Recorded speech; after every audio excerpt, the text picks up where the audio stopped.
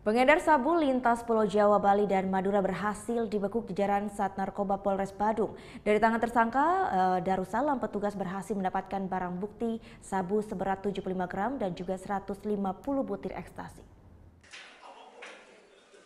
Dengan imbalan Rp50.000 untuk sekali tempel, seorang pemuda pengangguran nekat menjadi pengedar narkoba. Tersangka Darussalam berhasil ditangkap jajaran Sat Narkoba Polres Badung di seputaran Denpasar pada 9 Juli lalu. Tersangka merupakan jaringan pengedar lintas Pulau Jawa, Bali, dan Madura. Dari pengakuannya, tersangka mulai mengedarkan barang terlarang tersebut sejak 2 bulan lalu. Hingga saat ini petugas masih melakukan penyelidikan untuk mengungkap pengendali peredaran narkoba tersebut. Penangkapan tersangka Darussalam berawal dari tertangkapnya tersangka Alan. Pengembangan dari inisial ATS. Jadi saat ini mereka kita sidik dan juga bos dari mereka juga kita akan lakukan penyelidikan, masih ada di atasnya.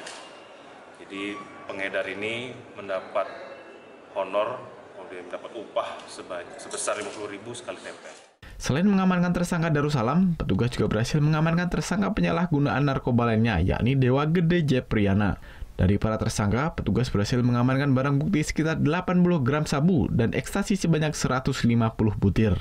Para tersangka ini dijerat dengan pasal 112 dan 114 Undang-Undang tentang Narkotika dengan ancaman 20 tahun penjara. Surya Sanjaya melaporkan untuk NET.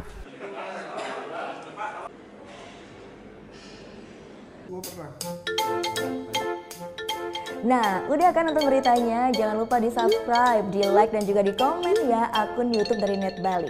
Terima kasih udah subscribe. Yang belum, jangan sampai lupa. Di sebelah sini nih. Tetap subscribe.